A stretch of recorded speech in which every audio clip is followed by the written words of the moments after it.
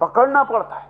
पकड़े पकड़े हाथ में नहीं आते थे, छूट छूट जाते थे, निकल निकल जाते थे, फिर थाली उठा लेते थे। आखिर लोगों को दूसरे काम भी करने, घर भी जाना, भोजन भी करना है।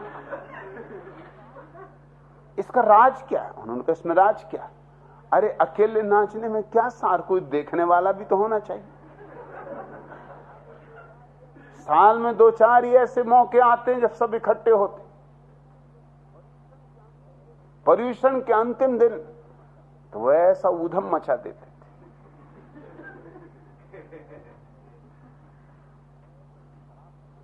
जैसे शराब पी रखी हो। लोग झुकते भी हैं मंदिर में, तो भी वह झुकना अहंकार का समर्पण नहीं। झुकते भी हैं तो भी वह अहंकार का ही पूजन।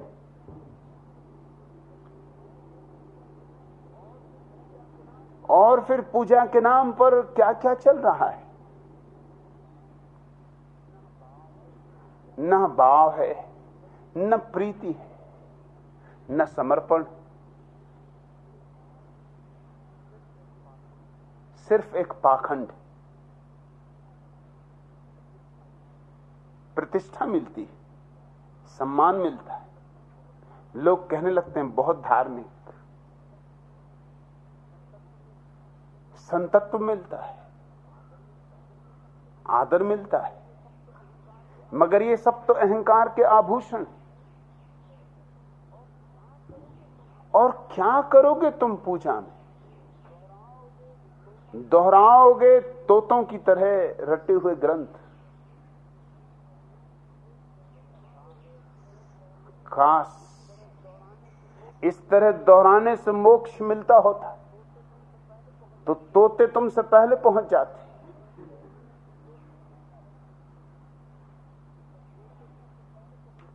एक तिब्बती लामा मेरे पास मेहमान हुआ। तिब्बती लामा एक छोटा सा यंत्र रखते, पूजा यंत्र, जैसे चरखे का चाक होता। उस चाक में स्पोक लगे होते, हर स्पोक पे मंत्र लिखा होता है।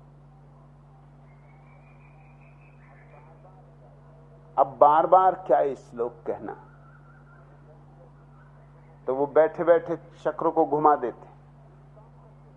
दूसरे भी काम करते रहते हैं।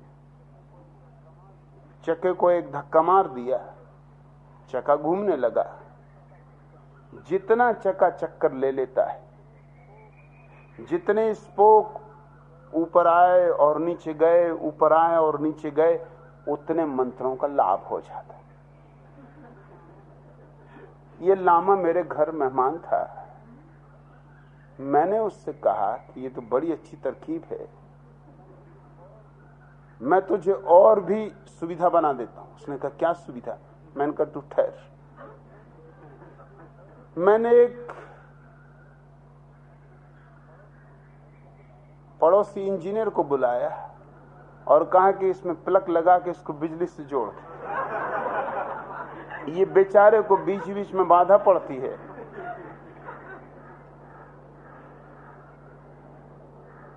ये घूमता रहेगा बिजली से और इसको पुण्य लाभ होता रहेगा।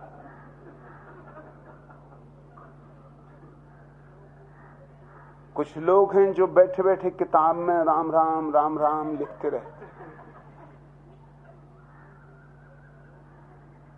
कुछ लोग हैं जो दुकान पर बैठे बैठे हाथ में माला लिए रहते हैं, माला को थैली में छुपाए रखते और भीतर भीतर गुड़िया सटकाते रहते।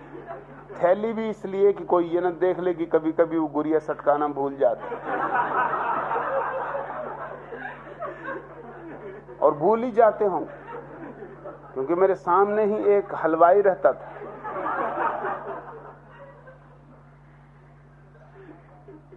और ग्राहक आ जाते तो वो माला भी सटकाता रहता है। और इशारे भी करता रहता अपने नौकर को, मार दे, डांडी मार दे।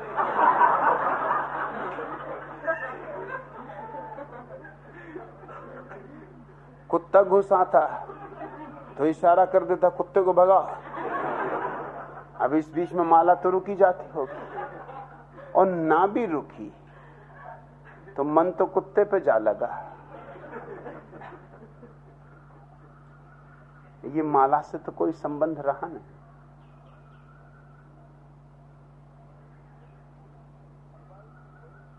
इस हलवाई की बड़ी तौन थी, हलवाइयों की अक्सर होती, और तौंध ही नहीं थी, तौन में बड़ा टुंडा भी था।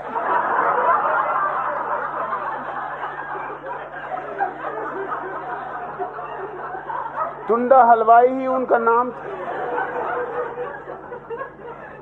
बिल्कुल फुग्गा थी उनकी।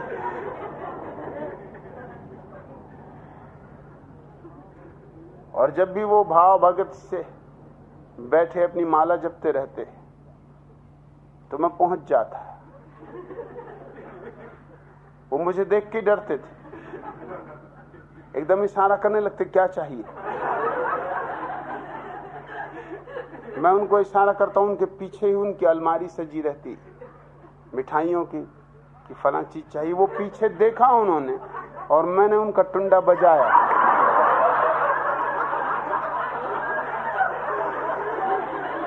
बस फिर उनसे जो गालियां निकलती थी वो माला माला भूल जाते थे। मैं उनको याद भी ले जाता कि टुंडा बाबा, माला का क्या हुआ, राम नाम क्या हुआ। वो कहते ऐसी की तैसी माला थी।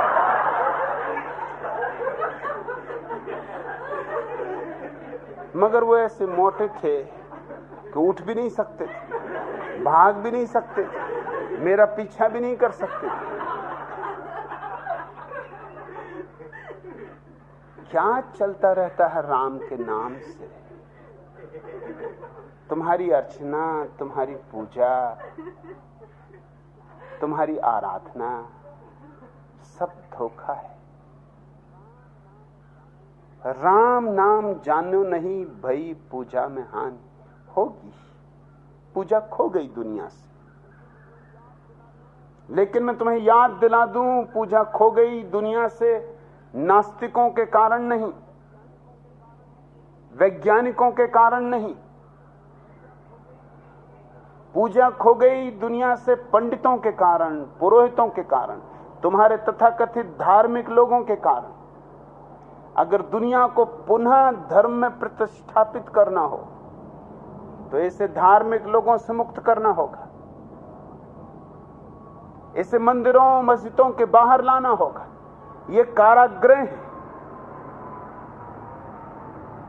इसे वेद, कुरान और बाइबल से छुटकारा दिलाना होगा। तो शायद फिर जिज्ञासा जगे, फिर शायद आदमी पूछने लगे कि ईश्वर है तो कहां है, तो कैसे पाया जा सकता है।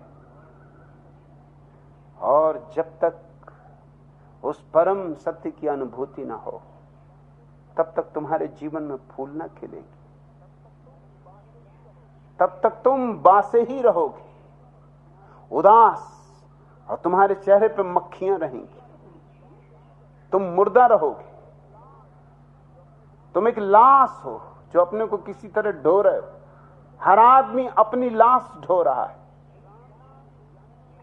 राम नाम जान्यो नहीं भई पूजा में हानि, कही रहीम क्यों मानी है जम के किंकर कानी। रहीम कहते हैं एक बात ख्याल रखना, धोखा दे सकते हो तुम पंडित को, पुरोहित को, धोखा दे सकते हो लोगों को, क्योंकि लोग अंधे हैं, तुम्हारे जैसे ही अंधे हैं। और धोखा तुम दे सकते हो मंदिर में रखी हुई पत्थर की मूर्तियों को, धोखा तुम दे सकते हो कागज पर लिखी गई किताबों को, लेकिन मौत को धोखा न दे सकोगे।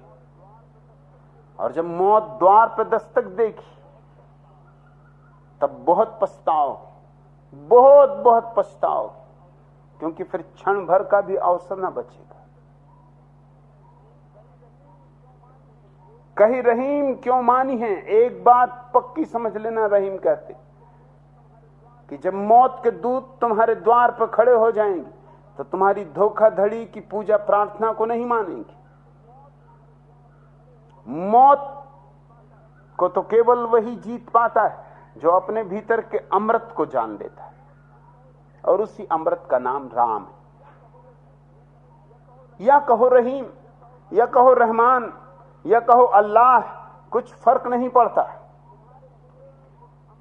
तुम्हारे भीतर जो अमृत छिपा है उसको जिसने जान लिया, फिर मौत उसका कुछ भी नहीं बिगाड़ सकती। यह कसौटी, मौत ही एकमात्र कसौटी। मौत को जो जीतने में समर्थ है, मौत जिसका कुछ भी ना बिगाड़ पाएगी। शरीर तो जाएगा, शरीर मिट्टी, तो बीज की मिट्टी तो मिट्टी में समा जाएगी।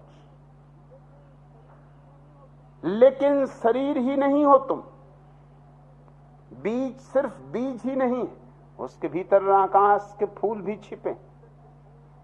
जिसने अपने भीतर के फूल की खिलावट देख ली, जिसने भीतर के कमल को खिलते देख लिया, उस सहस्त्रदल कमल की जिसे आभा मिल गई, फिर मौत उसका कुछ भी नहीं बिगाड़ सकती। मौत उसके पास भी नहीं फटक सकती, बिगाड़ना तो दूर। जिसके भीतर का दिया जल गया, क्या उसके पास अंधेरा आ सकता है? मृत्यु तो अंधकार है। क्योंकि तुम्हारा भीतर का दिया नहीं जला है, इसलिए तुम्हें अंधकार घेर लेता है। घेरे ही हुए,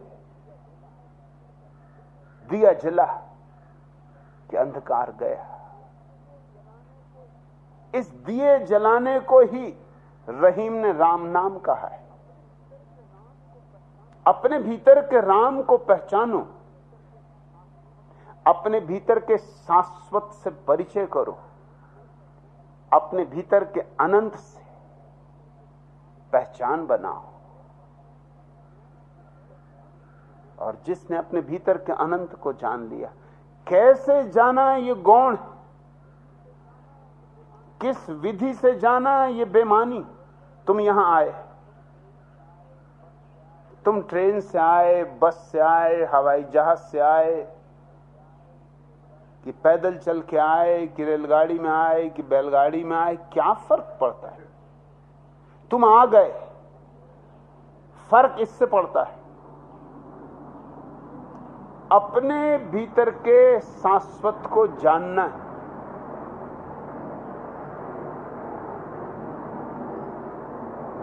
हजारों मार्ग जो तुम्हें रुचिकर लगे, जो तुम्हें प्रीतिकर लगे, उससे ही चल पड़ो। लेकिन बैठे मत रहो, चल पड़ो।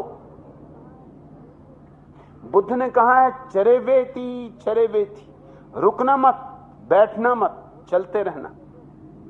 खोजो, चलो, अन्वेषण करो, और दूसरों की मानना मत, नहीं तो बैठे रह जाओगे। और सारे लोग बैठे रह गए, सारे लोग गोबर गणेश हो गए। दूसरों की मान के बैठोगे तो फिर वो भी बैठे थे किसी और की मान के, तुम भी बैठे हो किसी और की मान के। इससे बड़ा और कोई मनुष्य का अपमान नहीं कि वो किसी की मान के बैठ जाए। मेरी भी मानने की जरूरत नहीं। चलो, खोजो, तुम्हारा जीवन, तुम्हें अन्वेषण करना है, तुम्हें जानना है क्या है यह जीवन, क्या है यह चैतन्य, क्या है तुम्हारे भीतर छिपा हुआ राज। कौन हो तुम अपने अंतरतम में, कौन छिपा है तुम्हारे हृदय की गुफा में? कौन सा नाद, कौन सा संगीत, कौन सा सत्य, कौन सा सौंदर्य? और जिसने अपने भीतर के केंद्र को पहचान लिया, उसे मिल गया निर्वाण, उसे मिल गया मोक्ष, उसे मिल गया राम। राम कोई व्यक्ति नहीं है जो तुम्हें बाहर मिलेगा। राम है तुम्हारी आंतरिक संभावना। इसलिए मैंने कहा कि तुम्हें पहले ही याद दिला दूं, मेरा प्रयोजन दशरथ के बेटे राम से नहीं, मेरा प्रयोजन तुम्हारे भीतर बैठे हुए शाश्वत के स्वर से। शांत हो, मौन हो, निशब्द हो, धीरे धीरे मन की भीड़ से बाहर निकलो, चल पड़ो अपने अंतर्ग्रह की तरफ। जब पूर्ण सन्नाटा रह जाए, जब कोई तरंग भी ना उठती हो, जब चेतना की झील यूं हो जाए जैसे दर्पण, तब सब राज खुल जाते, भीतर के भी बाहर के भी। क्योंकि वस्तुतः भीतर और बाहर के राज अलग अलग नहीं। भीतर और बाहर शब्द उपयोग करने पड़ते हैं तुम्हारे अहंकार के कारण। अहंकार गया तो फिर भीतर ही बाहर है और बाहर ही भीतर है, फिर एक ही शेष रह जाता है।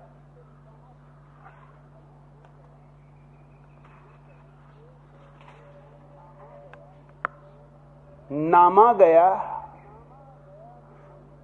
नामा गया कोई न कोई नामावर गया, नामा गया कोई न कोई नामावर गया, तेरी खबर ना आई, तेरी खबर ना आई, जमाना गुजर गया। हंसता हूं यूं, हंसता हूं यूं कि हिज्र की रातें गुजर गईं, हंसता हूं यूं कि हिज्र की रातें गुजर गईं, रोता हूं यूं कि लुत्फ़ दुआए सहर गया। नामा गया कोई न कोई नाम अवर गया, तेरी खबर ना आई, जमाना गुजर गया। अब मुझको है करार, अब मुझको है करार तो सबको करार है।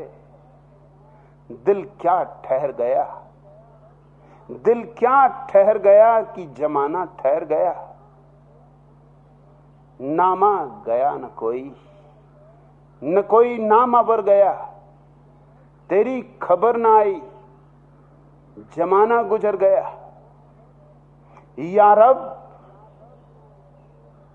या रब, नहीं मैं वाक़िफ़े रुदाद जिंदगी, या रब, नहीं मैं वाक़िफ़े रुदाद जिंदगी, इतना ही याद है कि जिया और मर गया। नामा गया कोई न कोई नाम अबर गया, तेरी खबर ना आई, जमाना गुजर गया। क्या इरादा है? यूं ही मर जाना है? यारब नहीं है, यारब नहीं मैं वाक़िफ़े रुदाद जिंदगी। क्या जिंदगी के संगीत से नावाकिफ मर जाना है?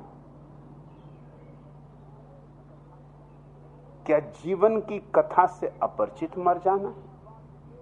यारब नहीं मैं वाक़िफ़े रुदाद जिंदगी, इतना ही याद है कि जिया और मर गया।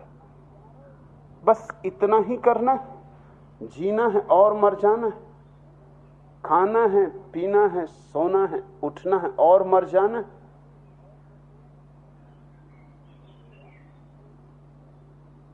या और भी आकांक्षाएं हैं, अभीप्साएं, या विराट की और भी पुकार आंदोलित करती? यह तो कोई आदमी की जिंदगी न हुई।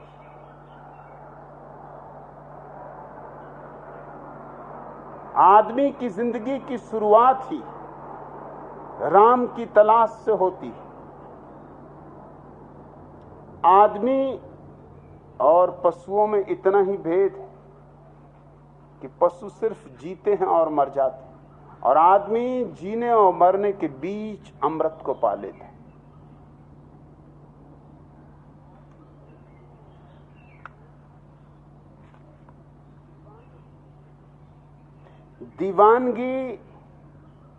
दीवानगी कुछ इस तरह हद से गुजर गई, दुनिया की हर निगाह जो मुझ पर ठहर गई। दीवानगी कुछ इस तरह हद से गुजर गई, दुनिया की हर निगाह जो मुझ पर ठहर गई।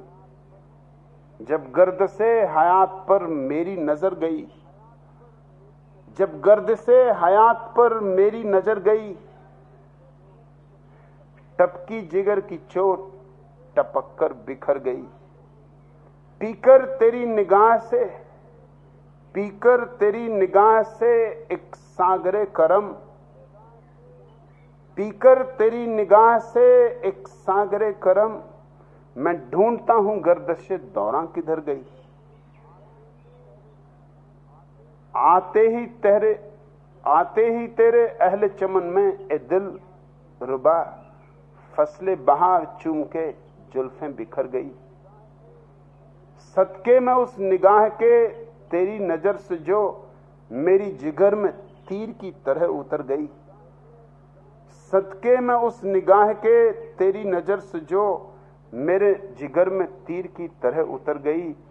आखिर वो बेनकाब मेरे बाम आ गए, आखिर वो बेनकाब मेरे बाम आ गए। एक बदनसीब राज की दुनिया संवर गई। परमात्मा तो राजी है प्रकट होने को, प्रतीक्षा कर रहा है। पुकार दो, दस्तक दो, और किसी और के द्वार पर दस्तक नहीं देनी, अपने ही द्वार पर दस्तक देनी। और परमात्मा कहीं और नहीं छिपा है, तुम्हारे भीतर छिपा है। परमात्मा यानी तुम्हारा स्वभाव, तुम्हारा स्वरूप, तुम उससे ही बने हो। तुम्हारे रोए रोए में वही व्याप्त है, मगर बेहोश नींद में खोए, हजार सपनों में दबे, भूल ही गए हो कि तुम कौन। धर्म है उसकी पहचान जो हमारे भीतर मौजूद है, और अधर्म है उसकी खोज जो हमारे भीतर मौजूद नहीं है, और हम लाख करके जिसे पा भी लें तो भी कभी पा न सकेंगे। राम नाम जान्यो नहीं, भई पूजा में हानि, कहीं रहीम क्यों मानी है जम के किंकर कान।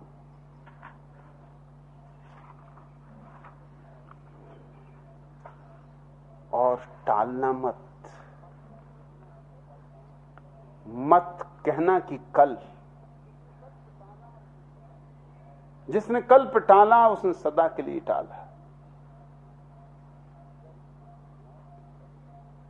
करीब मौत खड़ी,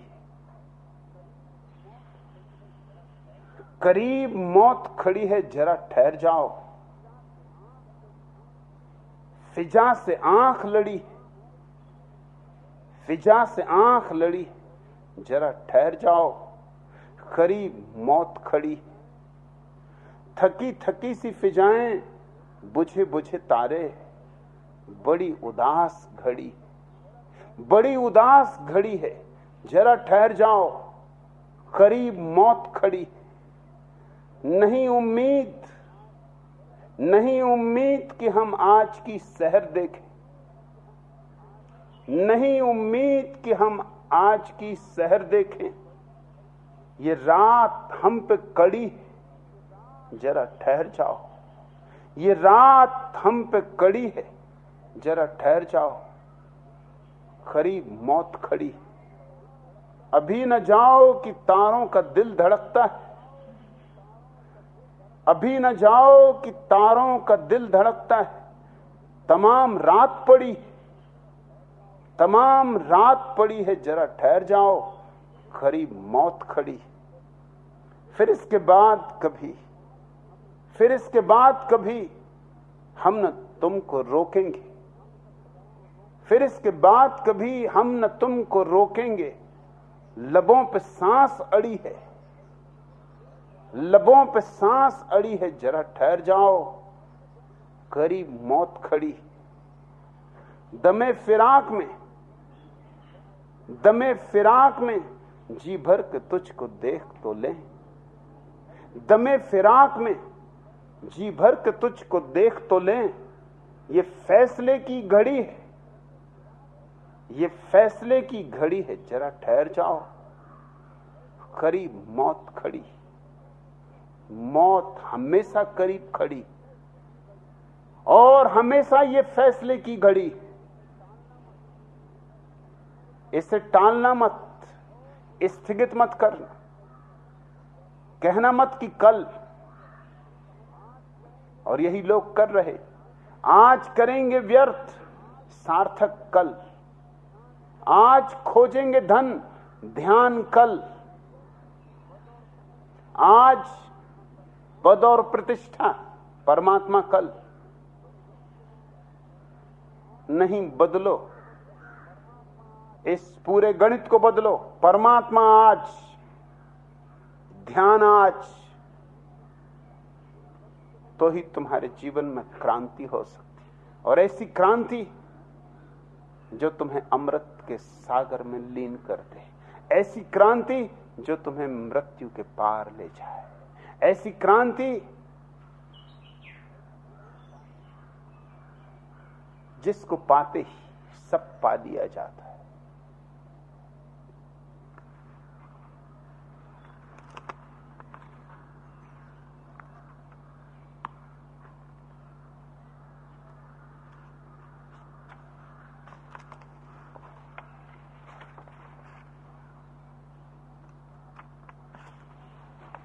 दूसरा प्रश्न,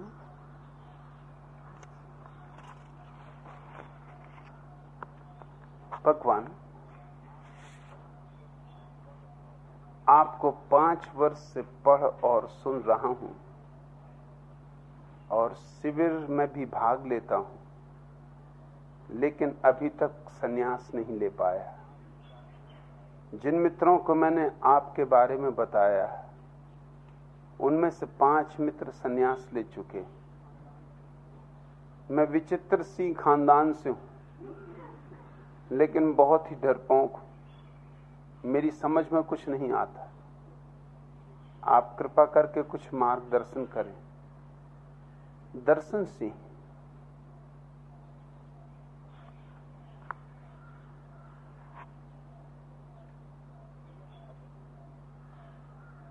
यह अवस्था करीब करीब सबकी है।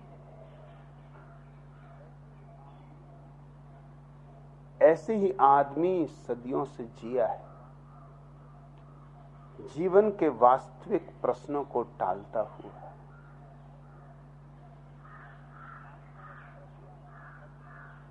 आशा रखता हुआ कि कल असली समस्याओं से जूझ लेंगे। पहले छोटी छोटी समस्याओं से तो जूझ लें, मगर छोटी समस्याओं का कोई अंत नहीं। जीवन का अंत है, समस्याओं का कोई अंत नहीं। सो आदमी टाले चला जाता है और एक दिन मौत एक झटके में सब समाप्त कर देती। इस दुनिया में जहां मौत घटनी ही है, भयभीत होने का क्या कारण? जहां मौत अपरिहार्य है, वहां डरने की क्या जरूरत? देर अबेर मरना ही होगा।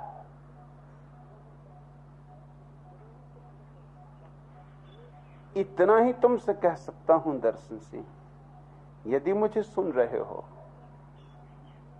यदि मुझे समझ रहे हो, और यदि प्राणों में प्यास भी उठती सन्यास की, तो टालो मत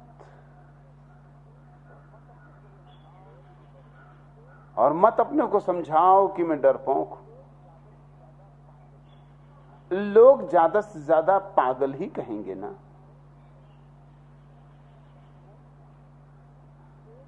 सो कौन सा हर्ज है? यूं भी लोग क्या कहते होंगे तुम्हारे संबंध में?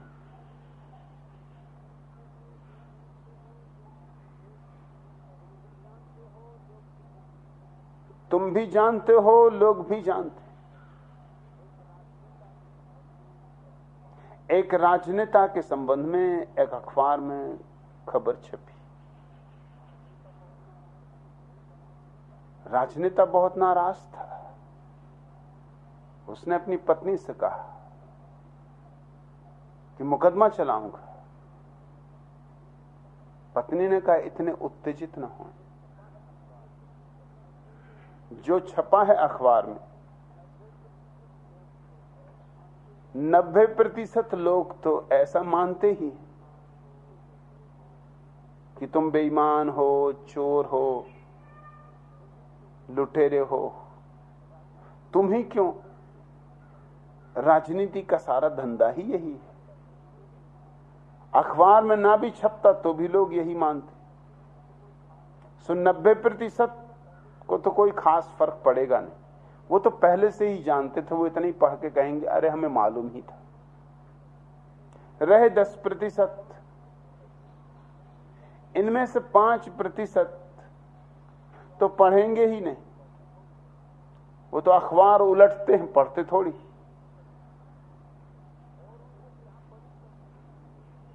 और उनको क्या पड़ी तुम्हारी? अपनी अपनी तो संभल नहीं रही, दूसरों की कौन चिंता ले?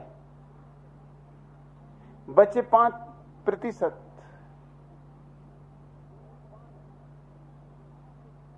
इन 5% को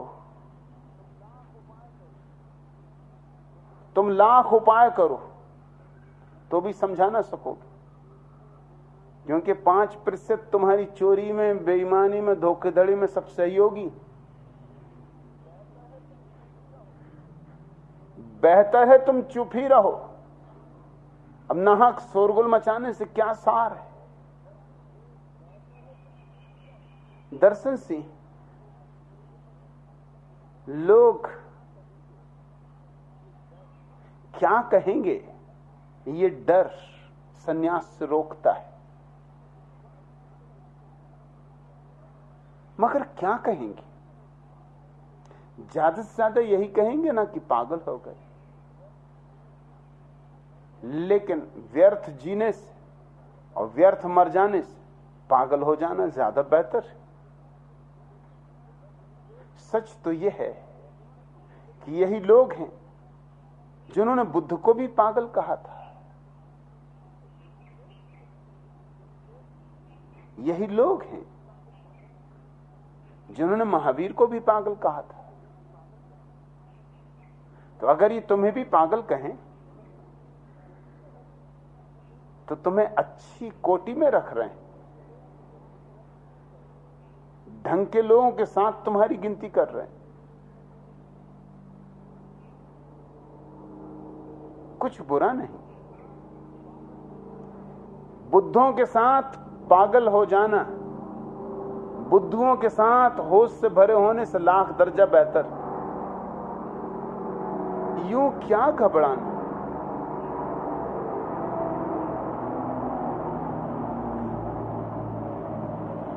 क्या डर है? पत्नी हंसेगी,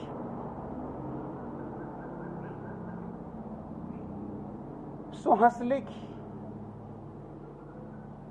उस गरीब का भी थोड़ा मनोरंजन हो जाएगा।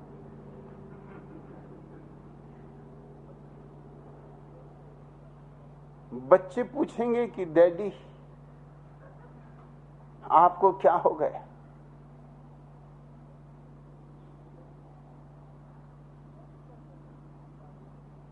सो सीधा सीधा कह देना दीवाने हो गए।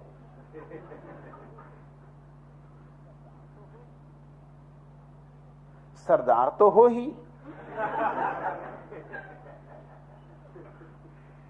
अब दीवानगी में क्या बिगड़ जाए?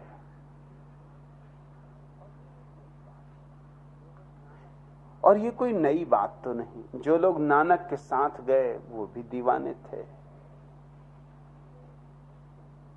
जो जीसस के साथ गए वो भी दीवाने थे। ये तो पुरानी कथा है। खोने को क्या है? क्या कोई तुमसे छीन लेगा? और हर घड़ी फैसले की घड़ी। कहीं ऐसा ना हो कि तुम इन्हीं दो कौड़ी के लोगों के मंतव्यों का विचार करते करते जीवन को गंवा दो।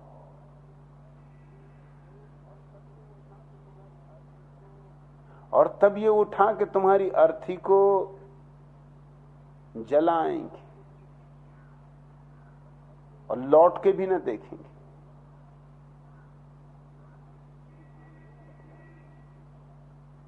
निशान भी न रह जाएगा। जिस दुनिया में निशान भी मिट जाने, उस दुनिया के मंतव्यों का क्या हिसाब रखना?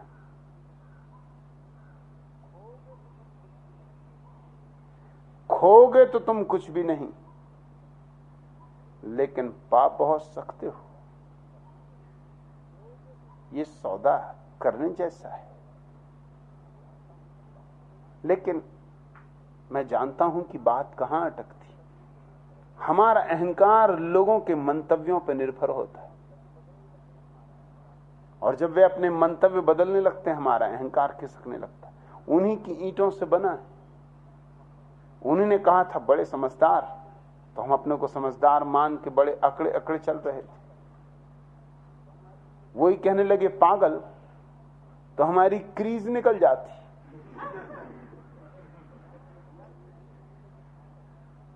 क्या उधार जी रहे हो? इसके पहले कि वो तुम्हें पागल कहें, तुम खुद ही लौटा दो उनका सम्मान। उनका सत्कार ही क्यों लेते हो? उनका सत्कार लेना बहुत खतरनाक है, क्योंकि उसके पीछे बड़े राज छिपे।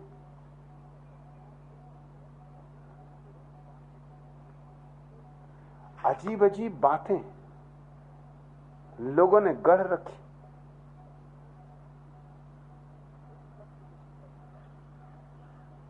एक पत्र मुझे कल मिला है,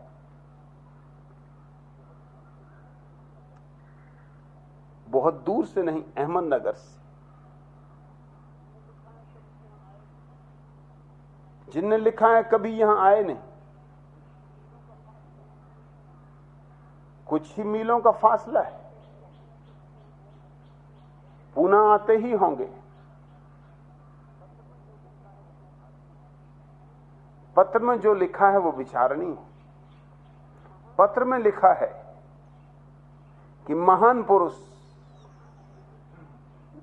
हमेशा जनता के पास जाते, आप जनता के पास क्यों नहीं जाते? अब पहले तो वो मुझे प्रलोभन दे रहे हैं महापुरुष होने का। मुझ पे ये जालसाजियां नहीं चलती। स्वभावतः कोई भी फंस जाएगा। अगर महापुरुष होना है तो जनता के पास जाओ, क्योंकि महापुरुष जनता के पास जाते। तो पहले तो रुस्बत, मगर रुस्बत जरा सावधानी से लेना। मैं तो मानता ही नहीं कि कोई महापुरुष है और कोई हीन पुरुष है। ये बात ही गलत है, ये बात ही बेहूदी, ये विभाजन अहंकार का है। कौन महान कौन हीन, यहां सिर्फ एक भगवत्ता है।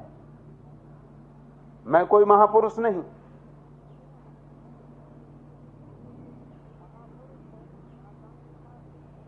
महापुरुष होने की आकांक्षा सिर्फ उन्हीं लोगों में होती जो हीनता की ग्रंथि से पीड़ित होते, जो अपनी हीनता को छिपाना चाहते, वो महापुरुष होने का ढोंग रचते। मुझ पे जालसाजी नहीं चलती। मैं तो जो हूं, न महापुरुष न हीन पुरुष। इसलिए मैं क्यों जाऊं जनता के पास? फिर जिसको प्यास हो वो कुएं के पास आता है। कुएं कोई लोगों के पीछे नहीं घूमते कि भाई कहां जा रहे हैं, अरे जरा ठहरो, जरा स्वाद ले लो।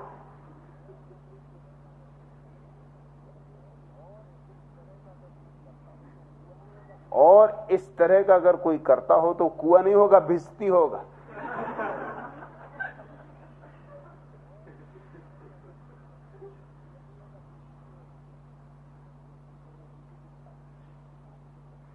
उन सज्जन ने ये भी लिखा है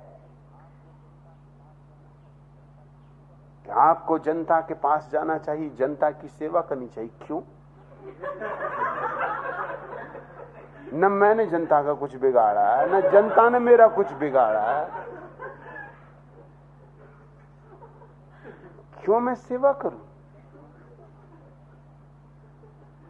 भगवान ने उन्हें हाथ पैर दिए, वो खुद ही अपने हाथ पैर दबा लें या एक दूसरे के दबा लें, जो उन्हें करना हो करें। और मजा ये है कि ये सज्जन अहमदनगर में क्या कर रहे हैं?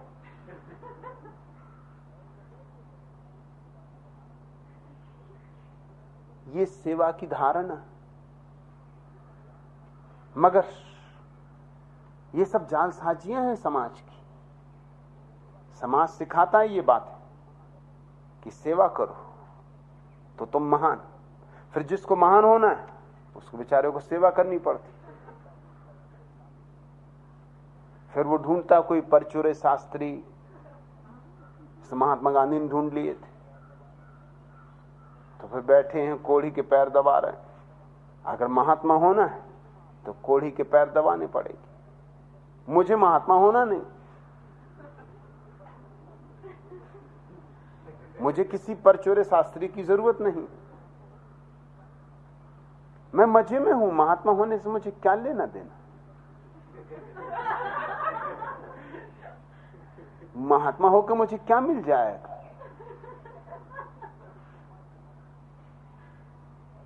लेकिन ये हमारी धारणाएं, और इन धारणाओं के पीछे हजारों साल का जाल है।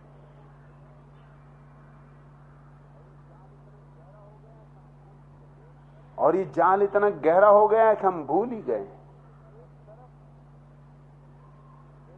एक तरफ गरीबों को पैदा करो और दूसरी तरफ गरीबों की सेवा करो। एक तरफ लोगों को नंगे और भूखे रहने दो और दूसरी तरफ जाके कपड़े बांटो। ये कैसा षड्यंत्र है? इसकी कोई जरूरत नहीं। दुनिया को महापुरुषों की और हीन पुरुषों की कोई आवश्यकता नहीं।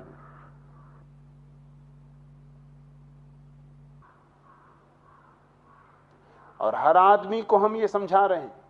उन्होंने पत्र में मुझे लिखा है कि आपसे ये अपेक्षा है जैसे महात्मा, हमारे अतीत के ऋषि मुनि जीवन जीते थे, आदर्श जीवन, और उसी आदर्श जीवन का लोगों को शिक्षण देते थे, आप भी दें। मैं क्यों किसी की अपेक्षा पूरी करूं? मैं अपना मालिक हूं,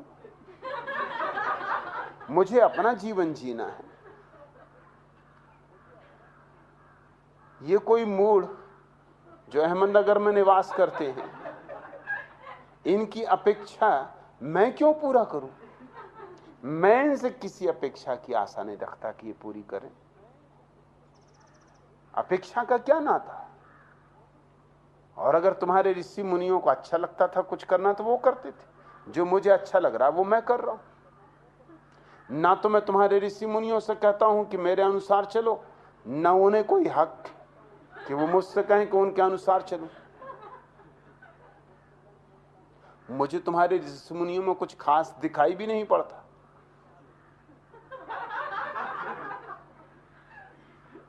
हां, तुम्हारी अपेक्षाएं वो पूरी कर रहे थे, इसलिए तुम्हें कुछ दिखाई पड़ता है, क्योंकि तुमने अपेक्षा के नाम पर उनको गुलाम बना रखा था। ये बड़े मजे की बात है। तुम्हारे महापुरुष भी तुम्हारे दो कौड़ी के आदमियों के गुलाम होते हैं। राज बड़ा सूक्ष्म है, क्योंकि वो दो कौड़ी के आदमी तय करते हैं अपेक्षा। अगर दो कौड़ी के आदमी तय करते हैं कि महात्मा को नग्न खड़ा होना चाहिए, तो महात्मा नग्न खड़ा होता है। अगर महात्मा होना तो नग्न खड़े हो, अगर महात्मा नहीं होना तुम्हारी मर्जी। गणित साफ है, मगर निर्णायक कौन है? वो दो कौड़ी के आदमी निर्णय कर रहे हैं कि अगर महात्मा होना, अगर हमसे सर्टिफिकेट चाहिए महात्मा होने का, तो हमारी अनुकूलताएं, हमारी आकांक्षाएं, हमारी अपेक्षाएं पूरी करो। और जो भी व्यक्ति इस दुनिया में किसी और की अपेक्षा पूरी करता है, वो तो व्यक्ति ही नहीं है। महात्मा वगैरह तो बहुत दूर की बात है, वो तो मशीन है। उसमें तो अभी आत्मा का भी प्रारंभ नहीं हुआ, उसके भीतर कोई ज्योति नहीं, वो तो गुलाम है। मगर उस गुलामी को भी खूब चाशनी चढ़ा के पेश किया जाता है। अगर तुम उनके महात्मा की तरह व्यवहार करोगे तो वो तुम्हारे चरणों में गिरेंगे। मगर मुझे कोई जरूरत नहीं किसी के मेरे चरणों में गिरने की।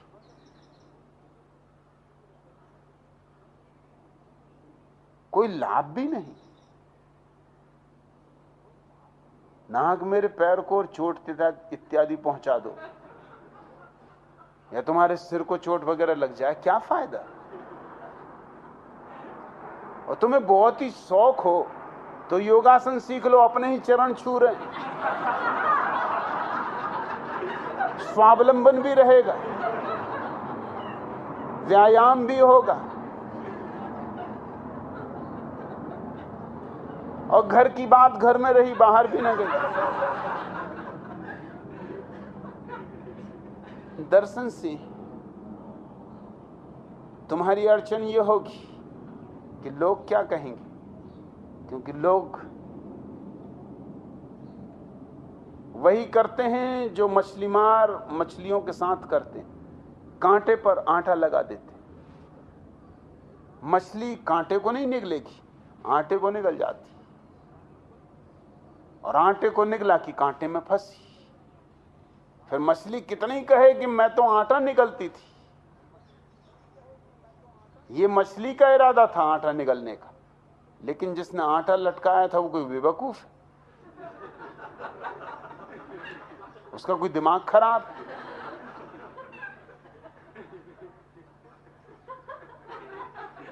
उसका प्रयोजन कुछ और था। तो दर्शनहीन लोग तुम्हारे आसपास आटा लटकाए बैठे,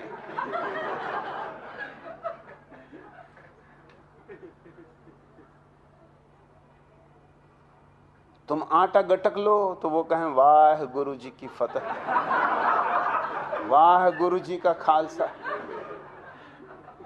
चित्त प्रसन्न हो जाए, तालियां बज जाएं। और अगर तुम आटा ना निगलो तो वो नाराज तो होंगे, क्योंकि उनके इरादे पूरे न हुए। वो कांटा जो छिपा बैठा था भीतर वो बेकार चला गया, मछली हाथ से निकल गई। सन्यास समाज की अपेक्षाओं से मुक्ति का नाम है। समाज दो कौड़ी के लोगों की गुलामी से मुक्ति का नाम है। समाज है एक दास्ता का सिलसिला और सन्यास है स्वतंत्रता की घोषणा। मैं तुम्हें कोई भी और प्रलोभन नहीं दे रहा हूं, सिर्फ इतना कह रहा हूं, अपनी आत्मा का थोड़ा सम्मान करो, थोड़ी अपनी आत्मा को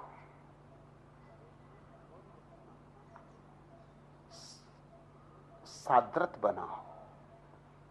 यूं दो कौड़ियों पर मत बेचो।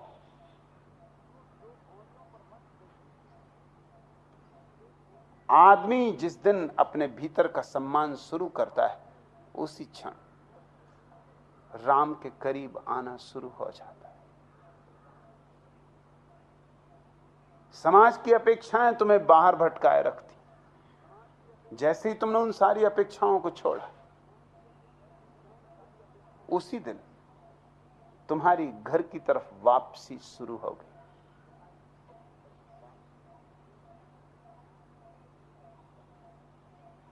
बात तुम्हें रुचती हो, आनंदित करती हो, तो सारे भयों को एक तरफ हटा के रख दो, क्योंकि भयभीत जीना जिंदगी में जंग खाने जैसा है, जैसे तलवार जंग खा जाए। निर्भय होकर जियो। एक ही जीने का ढंग है दुनिया में, निर्भय